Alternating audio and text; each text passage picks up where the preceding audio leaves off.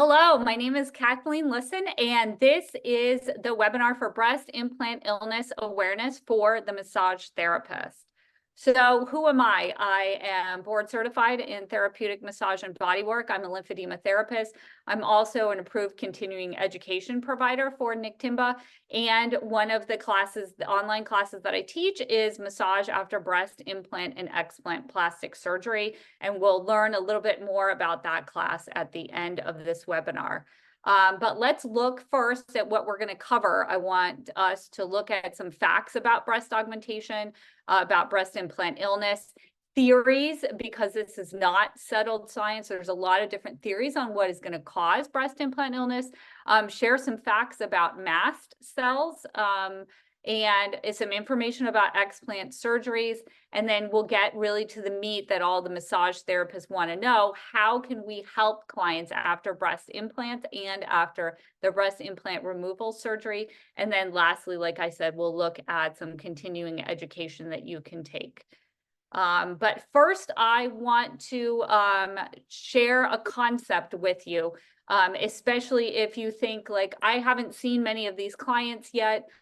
Why should I be interested in this? And I want to show you a very old picture of me from the career before I was a massage therapist. And this is me standing next to the Stanley Cup.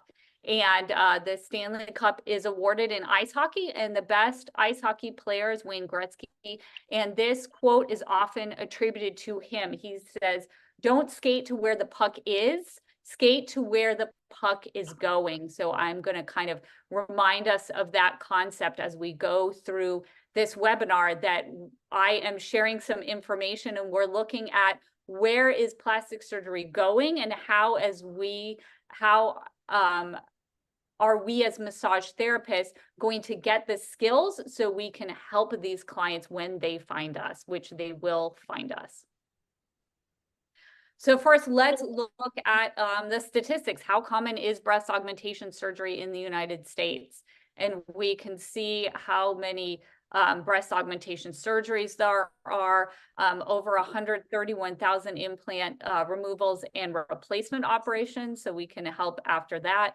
65,000 implant removal surgeries, and over 28,000 breast reconstruction surgeries. So that's after the woman has breast cancer, and then she'll have a breast reconstruction surgery. So if we look at this, breast implants are a huge part of plastic surgery and one of the most common plastic surgery operations in America.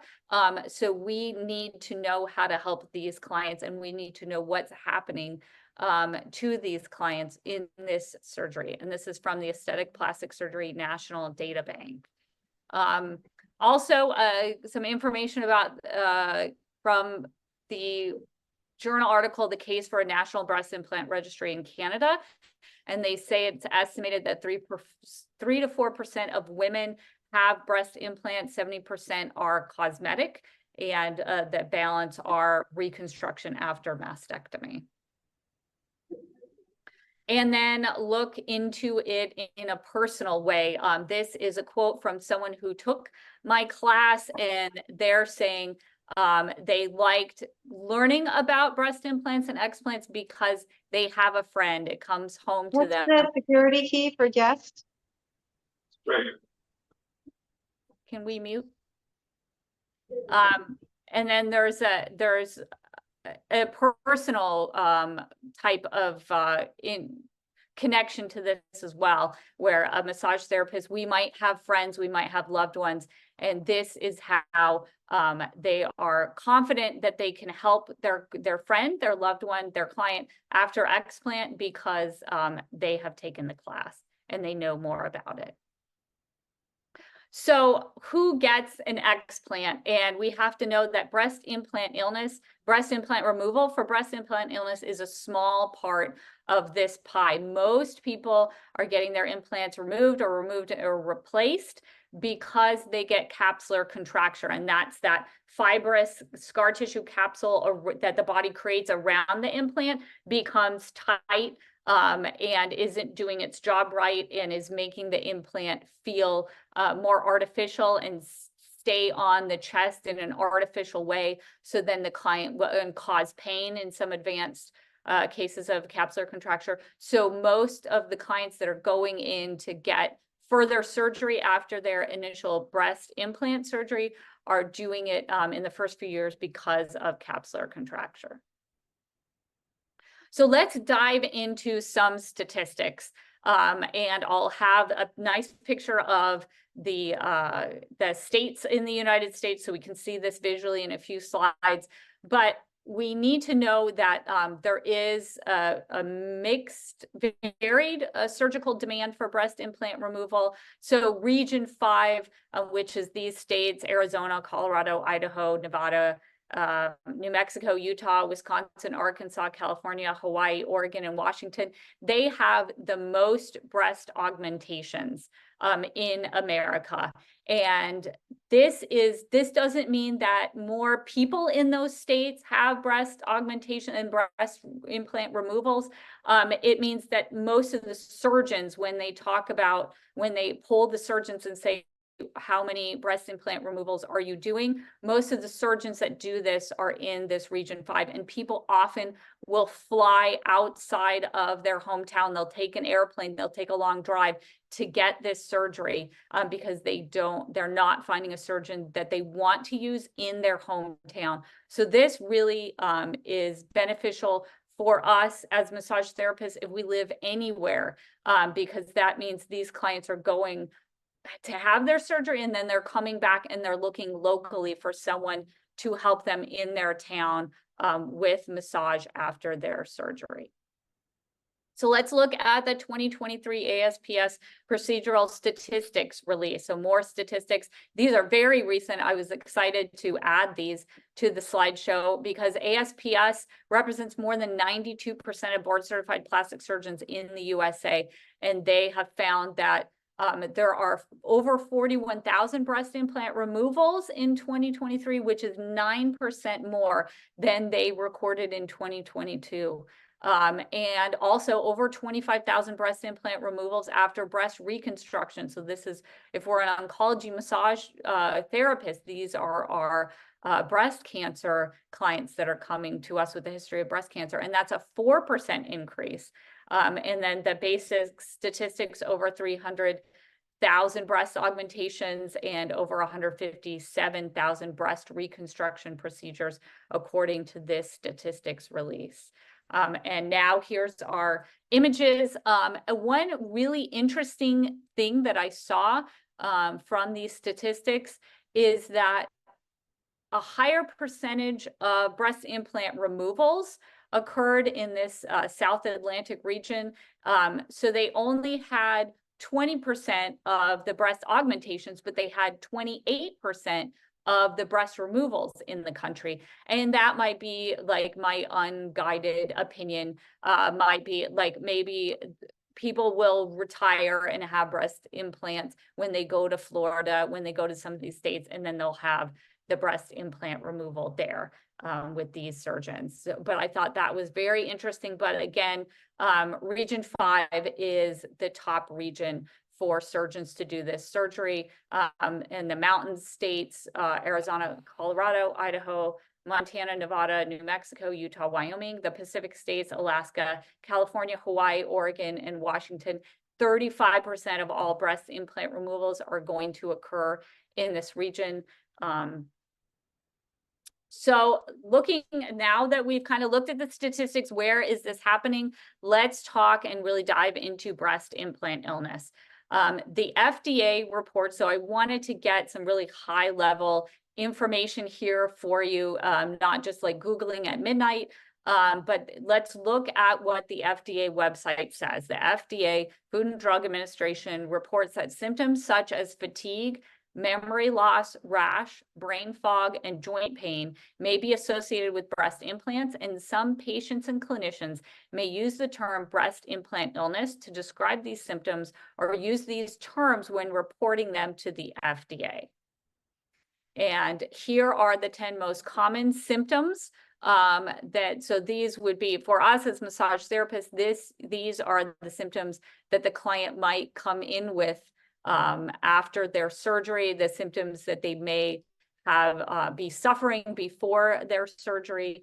And number one is fatigue. Then brain fog, joint pain, anxiety, hair loss, depression, rash, autoimmune diseases, inflammation, and weight problems.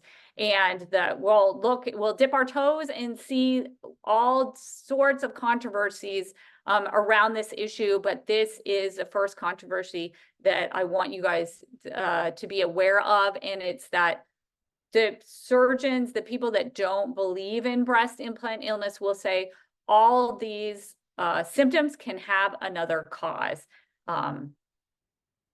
But I want to talk first about fatigue because often, several times, more times than I would like, I have heard in a conference that a surgeon has talked about and belittled the symptom of fatigue in clients that come to them with breast implant illness concerns. And I want to talk about and really share and really understand that fatigue is not just feeling really tired. Fatigue is multidimensional. And as someone who is an oncology massage therapist and has helped people with cancer-related fatigue, this is not them just feeling tired. So this is not our client just feels tired at the end of the day and that they think they suddenly have this internet disease. The most common keywords and phrases used to define fatigue include disruptive, distressing, debilitating, exhaustion, persistent, overwhelming, lack of energy, and very important, it's not relieved by rest or sleep. So they will get up the next morning. We can't just say they are just not getting a good enough sleep. They need to, sleep more and not burn their candle at both ends. Fatigue is not relieved by rest or sleep.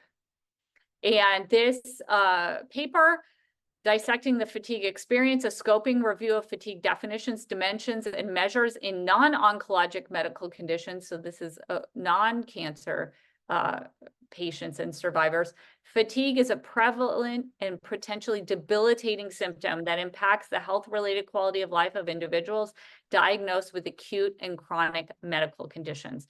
So these are serious symptoms that many of our clients are feeling, serious enough for them to go and pay for surgery that they don't necessarily want to have and go through that recovery. So we are helping them. And I just want to really show the symptoms up front to share with you. Like I had 2 clients, actually all 3 of my clients yesterday had explant surgery, and they come to us with complex medical issues. So we need to understand that this is a serious condition, and to step up as a massage therapist and to inform ourselves so we can be confident in helping these clients. So what does research say about breast implant illness? And I put the rose in here because just like a rose by any other name smells just as sweet, this disease, this condition has many different names. So there's several different names for the constellations of symptoms. Autoimmune, the syndrome, the ASIA, autoimmune syndrome induced by adjuvants, ASIA, is often used more commonly outside the USA to refer to the symptoms of BII, breast implant illness. BII is also used as SBI, systematic symptoms of breast implants, and the silicanosis, silicone incompatibility syndrome. All these are terms, different terms to use to refer to this same constellation of symptoms that is happening to people who have breast implant illness. And the treatment is a surgical removal of the breast implant. And this is another, well, we're taking a look at another, and maybe the hugest of the controversies, is which exact surgery is going to help. And I think most, if not all, doctors agree that you need to remove the implant, but the controversy is do you need to remove the capsule? Do you need to not remove the capsule? How exactly do you need to remove the capsule? And as massage therapists, it's out of my scope of practice to counsel somebody. This is a conversation that happens between the woman and her doctor. And we are helping the client after this surgery is done. And the techniques that I use to help people after the surgery with massage are the same, whether they had their capsule removed or they did not. Here are 4 different types of capsulectomy. This is the newest of the new. This was just put out a few weeks ago. And so these are some definitions of how much and if people are removing the capsule along with the implant when that surgeon does the operation. So we need to know that there's strong feelings and there's highly trained surgeons on both sides, and there's plenty of research journal articles out there. So it is a controversy among the surgeons as to what this correct surgery should be. So let's look at what our client really wants to happen. What they really want to happen is for their symptoms to be reduced after someone does this explant surgery and removes their implants. And this is the stressful part for many people with breast implants, because like I said before, you can find a surgeon, you can find people to tell you all your symptoms are caused by something else. And you could find someone to tell you that all your symptoms are caused by breast implant illness and you need to have this operation. But no one can guarantee one way or the other which symptoms are going to reduce, if they're going to go all away completely or not. And there is always there's always the risk that they are going to go, and this is very deeply held with the clients, that what if I get this surgery and then I don't look as beautiful as I do with breast implants, and I pay for this and I go through all the recovery and then none of my symptoms reduce. That's the crux. That's the fear that everyone has. So we can look at research and see what researchers have found. So this is 140 patients underwent their explant in Amsterdam in Netherlands. And then they completed a pre and post survey, and they looked at individual symptom scores, as well as they made an ASIA scale summary scores after their explantation operation. So they wanted to look at systematic disease symptoms and quality of life in these patients before and after they had the surgery. So we can look at, if you're really interested in looking at what they were measuring in this study, they looked at 3 domains of the short form 36, which measures quality of life. And you can see this if you do a search for SF36, you can see the questions. And then the augmentation model of the breast Q, and there's a link right there that will share more about the breast Q. And then the last slide of my presentation will show you the website where I put the PDF for all this, so you don't have to try to get all these links down right now or take a bunch of pictures. You can go to my website and look at the complete PDF and find all these links. So what did they find? Many symptoms of BII also have an overlap with or even fully meet the diagnostic chronic criteria of chronic fatigue syndrome, fibromyalgia, sarcoid-like disease, and undifferentiated connective tissue disease. And I think that is so interesting, because as massage therapists, are we helping people with chronic fatigue syndrome? Are we helping people with fibromyalgia? And what are we doing in our offices that are helping those clients? And if so, can we be helping some of our breast implant illness patients with those techniques, and will they respond? So that is a very exciting question. I haven't seen any or a lot of research on that. So that is definitely something that I would like to see more research on, and us to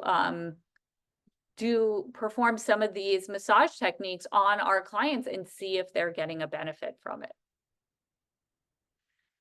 So what may cause breast implant illness? Breast implant illness can be caused by silicone-induced immune activation. an autoimmune syndrome. It may be caused by biofilm, and it may be caused by silicone toxicity. So there's research on either side of all of these theories. And it's almost like you have to kind of do an overview of all the research, because the client that is coming into you will have done a lot of her research on breast implant illness. So I have felt a lot more confident helping these clients because I have like a basic knowledge of all the research and all the theories that are out there, and these are published plastic surgery journals, and some by rheumatologists have done some research. Another theory is that heavy metals may be present in the breast implant and also cause symptoms. And there's research on that where they've looked at that. And then clients may present with symptoms suggestive of a diagnosis of mast cell activation syndrome.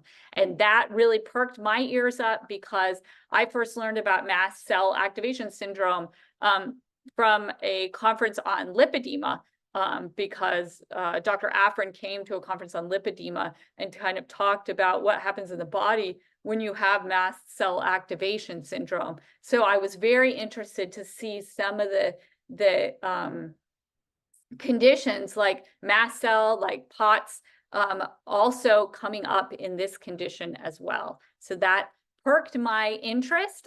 So I put a couple slides on it, and you'll see this slide is our histamine receptors, and you'll kind of see that histamine has actions in several different systems, systemic actions in the body. So this is the short definition of mast cells here. They will release pro-inflammatory mediators. And one of the most important amines in the mast cell granule is histamine. And we can see when the mast cell is activated, it releases the histamine, and then we can see the different actions of histamine on different parts of the body. So you may have heard of mast cells and massage before. If you follow Ruth Werner's podcast, she had episodes 160 of her podcast was on mast cell activation syndrome. And then also we've seen it covered in Massage and Bodywork magazine. And here's both those links if you want to learn more about mast cells. But what makes a mast cell activate? And these researchers said a wide array of bacterial products, viral products, parasite products, toxins, toll-like receptor antagonists, and host defense products also induce activations of mast cells. And clients with mast cell issues may also be triggered by anxiety, stress, and pain. So this may open up some interest in you if you've also are helping clients that are talking about parasites, they're talking about fungus. Mast cells may also be activated in these clients as well. So, but let's look at Dr. Afrin, which I talked about briefly. His team talked about mast cell activation syndrome as a recently recognized clinical entity, increasingly appreciated to be the correct root diagnosis for a large number of patients previously found to have a large assortment of seemingly idiopathic chronic multi-system issues. And the general theme is the client will have inflammation, it'll have some allergic type issue, and then dystrophism, which is the degeneration of tissue. So if you are a lymphatic massage therapist and you have these clients that come in and they've been kind of to pillar to post, they've been to all these different doctors that are just checking one system at a time, and they can't really see anything in the blood work, but they still have all these symptoms. It's this idiopathic chronic multi-system issue that may be due to their mast cells. So let's get down to the topic of this webinar. I like to go off on mast cells a little bit, but what's the link to breast implant illness? And Cohen-Terevert et al. States that some patients present with symptoms suggestive of a diagnosis of mast cell activation syndrome in their article, Breast Implant Illness, Scientific Evidence of Its Existence. So this is something that is definitely worth us understanding and learning more about to be able to more confidently help our clients with breast implant illness.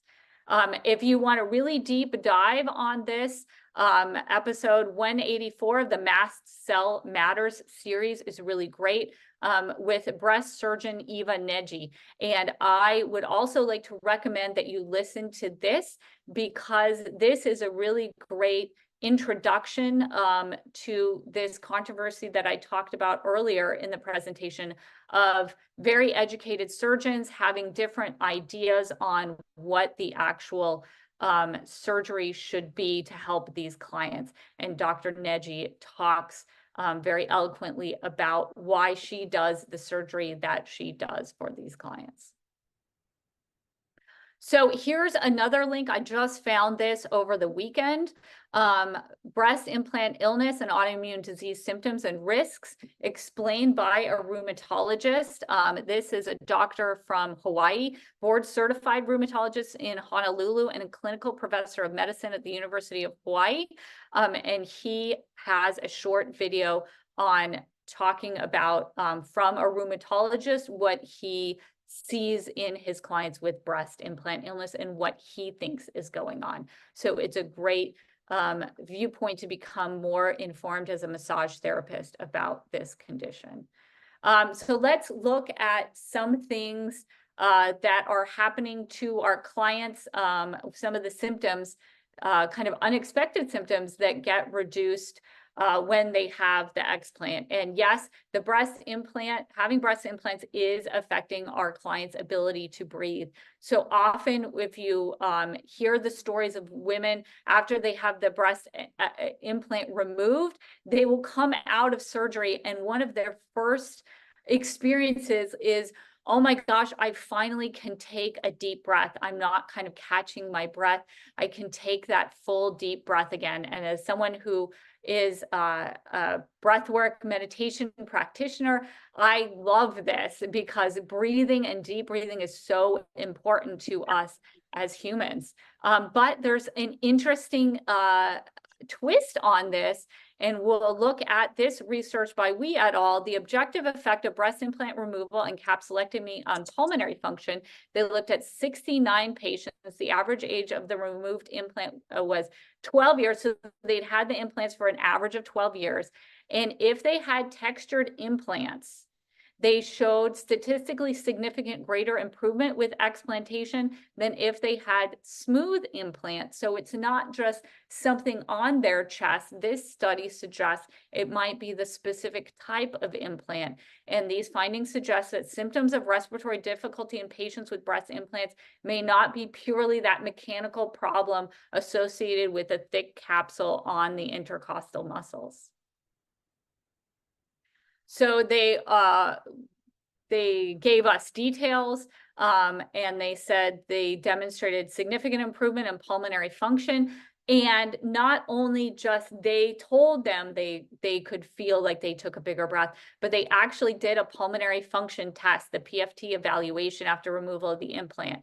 So patient symptom relief was highly correlated with objective improvements, and then also them saying that they could breathe better.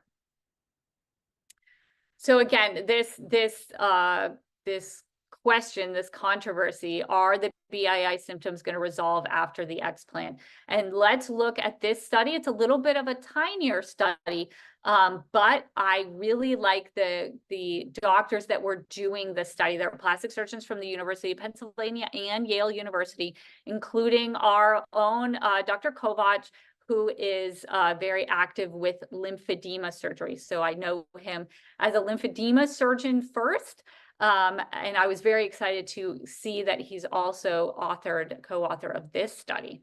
So they found that reduced time to the implant removal was predictive of fewer residual symptoms. And they recommended that there be a reduced time to implant removal because it may decrease the risk of residual symptoms and improve overall patient satisfaction. So this may be the clue that we're looking for as to are our clients symptoms going to resolve a lot or only a little after their explant? It may be due to how long they've had those implants in. So they talk about exactly the surgery that they did to the patients. And then they found that 70% improved a net improvement in their symptoms after their implant removal, most commonly that reduction in chest discomfort, muscle pain, fever, and headaches. And they noted none of their patients had lupus, connective tissue disease, or any other type of autoimmune condition that may have contributed to fatigue and arthralgia. They found that patients were least likely to experience improvements in their weight problems, their joint pain, and their insomnia. And they didn't find an association between the time of implant removed and the symptomatic relief. So this is important to us as massage therapists because after our clients have explanted, they may still have lingering joint pain, they may still have lingering insomnia, and this would be a good time for us to think of what can we as massage therapists do to help them with these symptoms with our massage. So what did they find in this exploring factors associated with implant removal satisfaction in breast implant illness patients? This is the Pro-Breast-Q study. They found that scores were consistently high among physical well-being, and patients were most satisfied with the release they felt with decreased muscle pain, tightness, and overall discomfort from physical activity.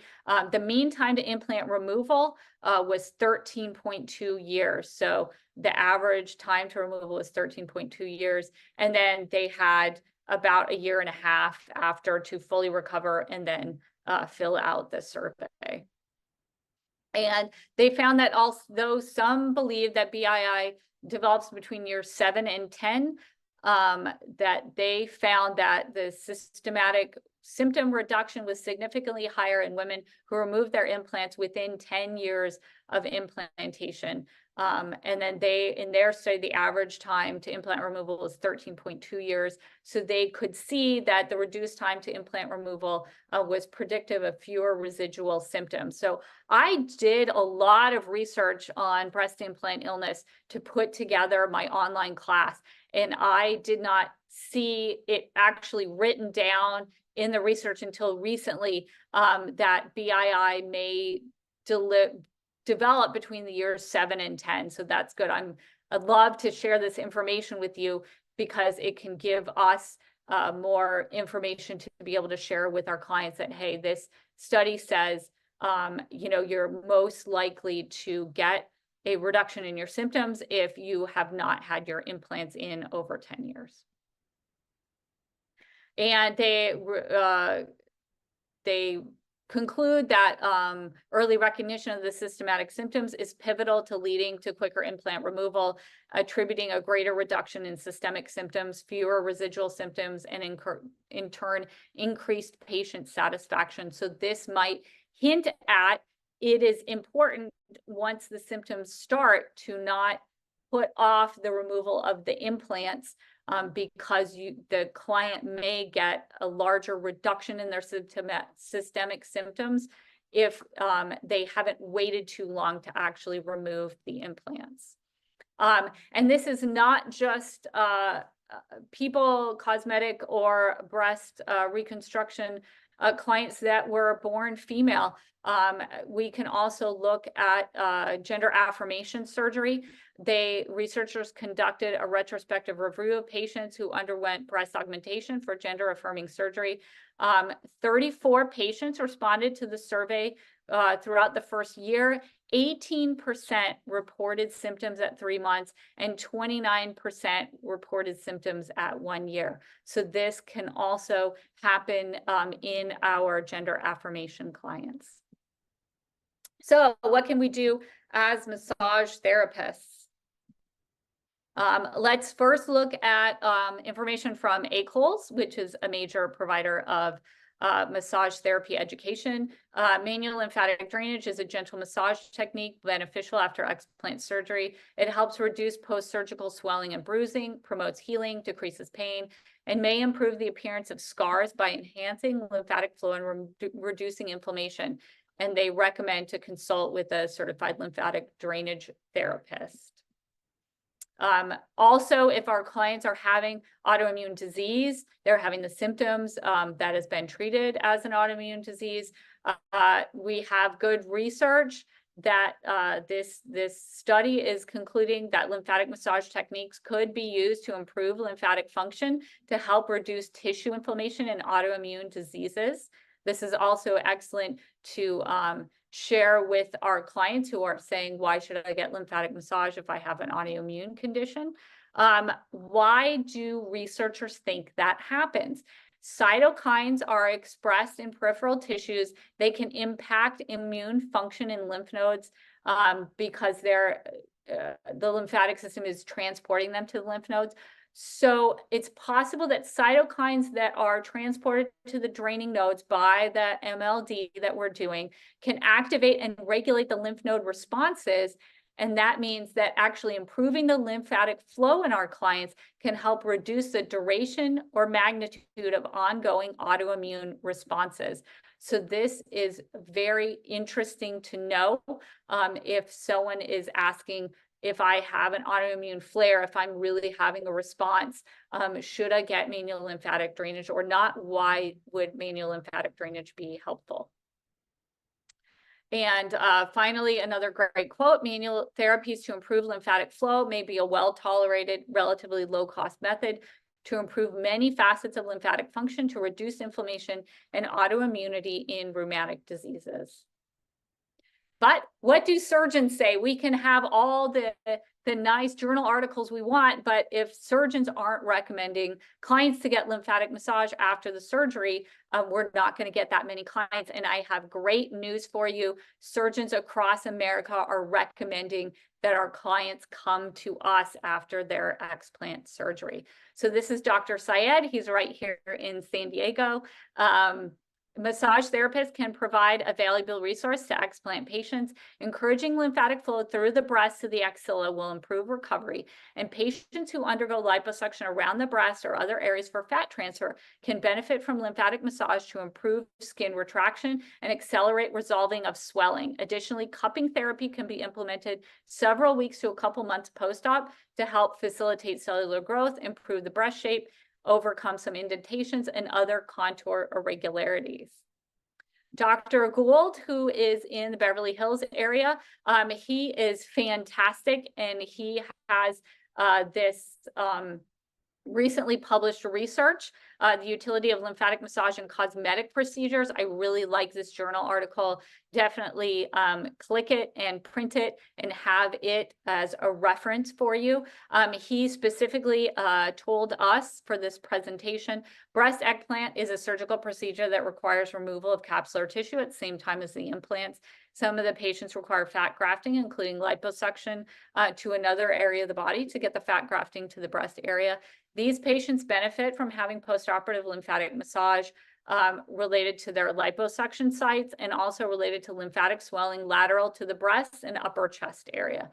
A comprehensive care plan, including postoperative lymphatic massage, may help benefit patients undergoing explant surgery.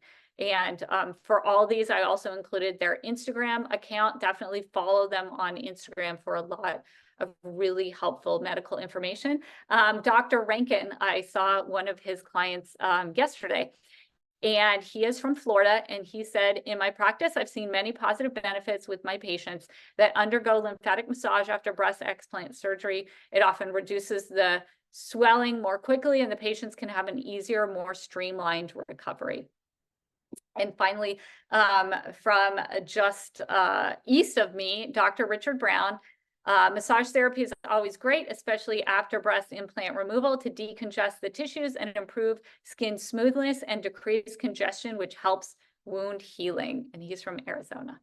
And he has a very, very active TikTok and Instagram following, gives a lot of really great medical information, is very passionate about educating. So we've gotten all excited. We looked at the research. We've seen that some surgeons are recommending manual lymphatic drainage, but I want us to stop and remember from our MLD class that manual lymphatic drainage is both a really gentle technique. It's also a very powerful technique. And there are contraindications, both absolute and relative, to doing manual lymphatic drainage. And we know from our clients that have lymphedema, or if they have systemic issues like congestive heart failure, kidney failure, we have to know that manual lymphatic drainage is physically moving fluid, it's moving waste products into the lymphatic system. So we have to know and be confident that whatever that is downstream in the client's body can handle the fluid, the waste products that we're putting into the lymphatic system, that we're encouraging the lymphatic system to work more. So that means if the clients can't handle, if their body can't handle either the increased fluid load, whatever waste products are going through, manual lymphatic drainage might be contraindicated for them. So just understand, and a lot of them will talk about detoxing, and they'll go to functional medicine doctors.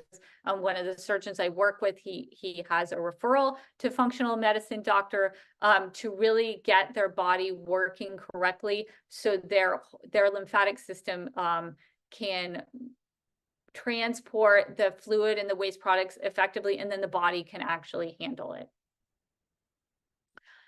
If you are really interested in my concept that I shared earlier, of maybe things that work for chronic fatigue syndrome might also help for breast implant illness clients. One option is the abdominal massage, and I'll do abdominal massage on my client. And a Qigong related self-massage and movement for chronic fatigue syndrome might be one option that you can look into. So this, Qigong is like a movement exercise, but this part of Qigong is a self-massage, and it's called Prolonged Life with 9-Turn Method. And they found that it has the potential to be an effective rehabilitation method for CFS symptoms, including fatigue, sleep disturbance, anxiety, and depression. This was a randomized controlled clinical study, and you can find the protocol for the method in that link. I also wanted to look and see, is there a video that shows it? And this is a very similar video at this YouTube link called the Immortal Abdominal Rub Method. This is not in English, but you can see the self-massage method in this video if you click on that link. All right, so in conclusion, how do we help clients with breast implant illness? Helping clients with fatigue may mean scheduling the massage at the time they are least fatigued, or offering in-home services to them. If the client has brain fog as a symptom, it may mean that the client needs additional reminders for their massage sessions. We may see medications for anxiety, depression, autoimmune diseases on their health history forms. We may see a lot of medications. We may see a lot of checkoffs on that health history form. We may see a chronic rash on their body during their massage session, because rash is one of the symptoms that is included in breast implant illness. And they may complain of inflammation and joint pain. So just to be aware that all these may be part of their breast implant illness. And these are ways that we can make and individualize our massage therapy practice so it's more friendly, more accessible to someone who is going through breast implant illness. And it's not just after the breast explant surgery. Many surgeons are recommending massage after breast implants as well. I have one surgeon in San Diego here that refers clients to me after they get breast implants for breast massage. And this is one example of a web page on a surgeon's website that explains a massage for breast implant. So let's end by talking about continuing education. I am a CE provider. I have a completely online class that you can go in and take in as many small segments as you want, over as long a time as you want. You don't have to be in one place at one particular time to take the class. There are videos of me showing you my massage protocols, both after implant surgery and after explant surgery. It's called Breast Massage After Implant and Explant Plastic Surgery, completely online, 8.5 continuing education credits, and I'm a NCBTMB approved provider. And then if you complete the quiz and you pass the quiz, you get your certificate, and you also can be listed on our breast massage providers list, and that's linked there. We have providers from several different states. I want to expand this. My wish is that we have a lymphatic massage therapist that can help after breast implant and explant massage in every community across the United States. So you're a short to medium drive from someone who can help you after your breast implant and explant surgery, so that surgeons will be confident that there is someone that is educated in breast implant illness, that knows what the client is going through, and that knows, is confident and able to help them after their surgery, if we can gather everyone together in this breast massage directory. And if you are hearing this presentation today and it's getting you really excited to take the class, if you sign up for the class and then you send me an email, or contact me and say, hey, I signed up for your class through the Alternative Balance webinar, then I want to send you a free bound version, print version of the study guide. So this is really great. Before this webinar started, one of the attendees was saying, oh, like, I love your books, Kathleen. I'm just highlighting them, I'm reading them. And this is really a great way to keep the information that you learn in the class on your bookshelf in the office, so you can refer to it over and over again. So if you take the class and you let me know that you signed up for the class because you saw this webinar, I'm going to send you a free copy of the study guide through the mail. All I'll need is your mailing address.